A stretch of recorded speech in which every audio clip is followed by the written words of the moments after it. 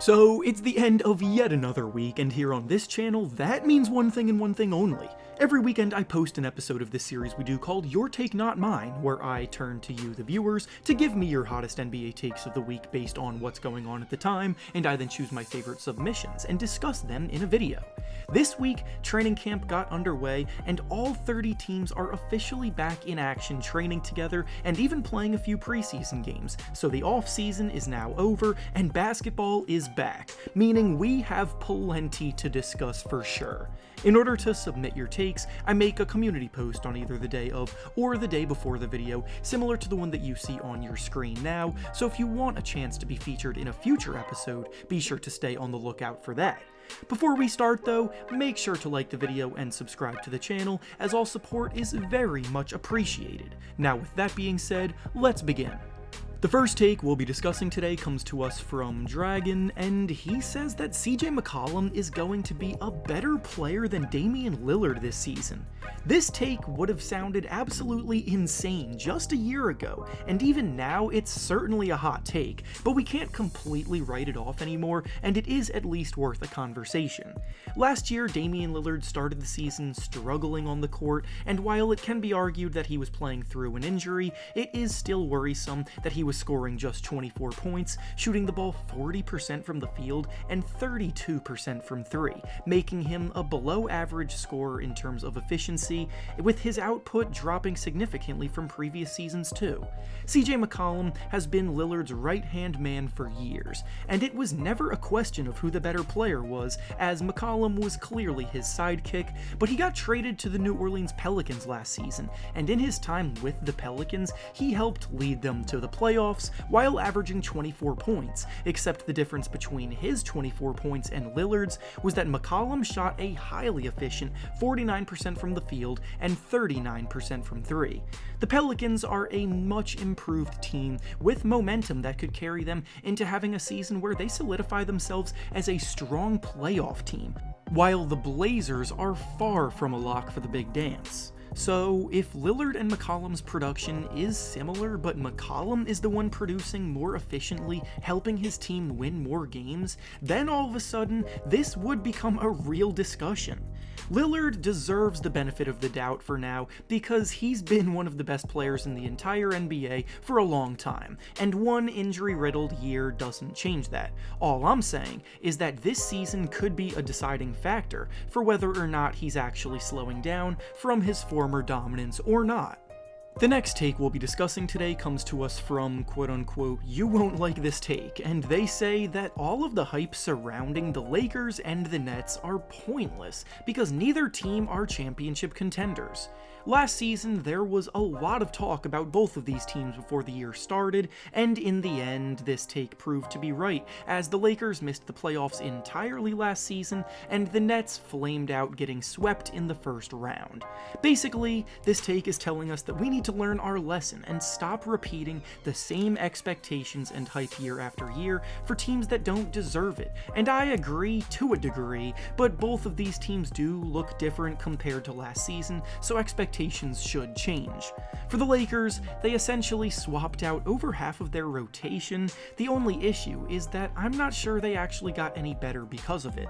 Patrick Beverley and Dennis Schroeder were solid additions, Lonnie Walker is a decent scoring threat to replace the loss of Malik Monk, and Thomas Bryant has produced well in the past, but all in all, a lot of the issues that plagued the team last season are still present, and I wouldn't bet on them making a deep playoff run this year. The Nets, on the other hand, do have more reason to be optimistic. Ben Simmons didn't play a single game for them last season, and the former All-Star and lockdown defender is making his return to the court this season for them.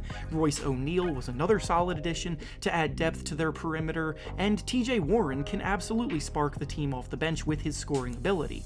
If I had to pick one of these teams to label as actual contenders, it would definitely be the Brooklyn Nets, while the Lakers still have a lot to prove to earn that title.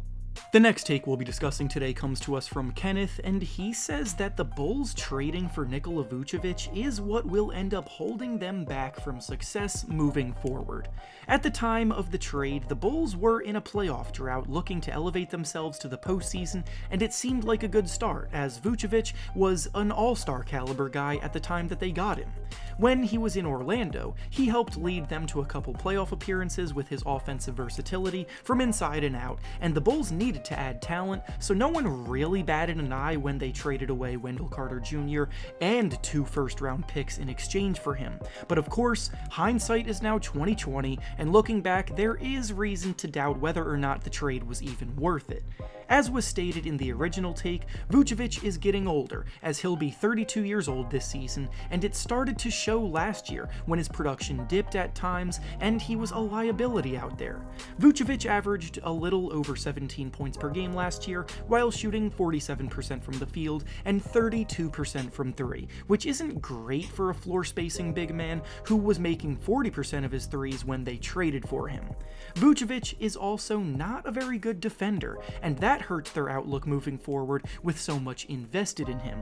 Meanwhile, in Orlando, Wendell Carter Jr. is a very versatile defensive big man that also scores about 15 points per game, and he actually knocked down threes at a more efficient rate than Vucevic did last season.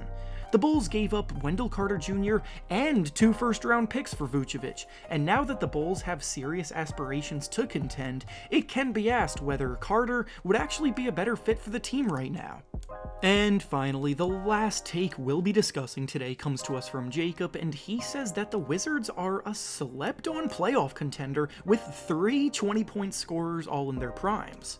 The Wizards were active this summer, and I do believe that people will be surprised by how good of an offense they'll have this season. They brought in Monte Morris and Will Barton from Denver, who will help generate points for sure. Kristaps Porzingis is going to play his first full season with the team, and they drafted Johnny Davis, who, as a prospect, was profiled as one of the purest scoring talents available. That, added on to Bradley Beal and Kyle Kuzma, is a recipe for a high-powered offense for sure, but the reason that most are concerned about this group is because there aren't many strong defenders in the rotation at all, and you need to be able to get stops to win when it matters. The Wizards ranked near the bottom 5 of the league defensively last season, and based on the moves that they made this offseason, they could be even worse on that end of the floor this year. Overall, they should be a better team because an improved offense can help balance out those deficiencies a little bit, but not enough to make a significant impact.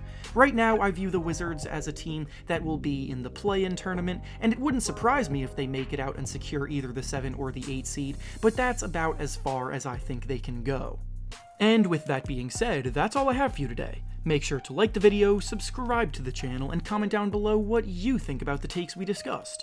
Thanks for watching, and I'll see you all next time.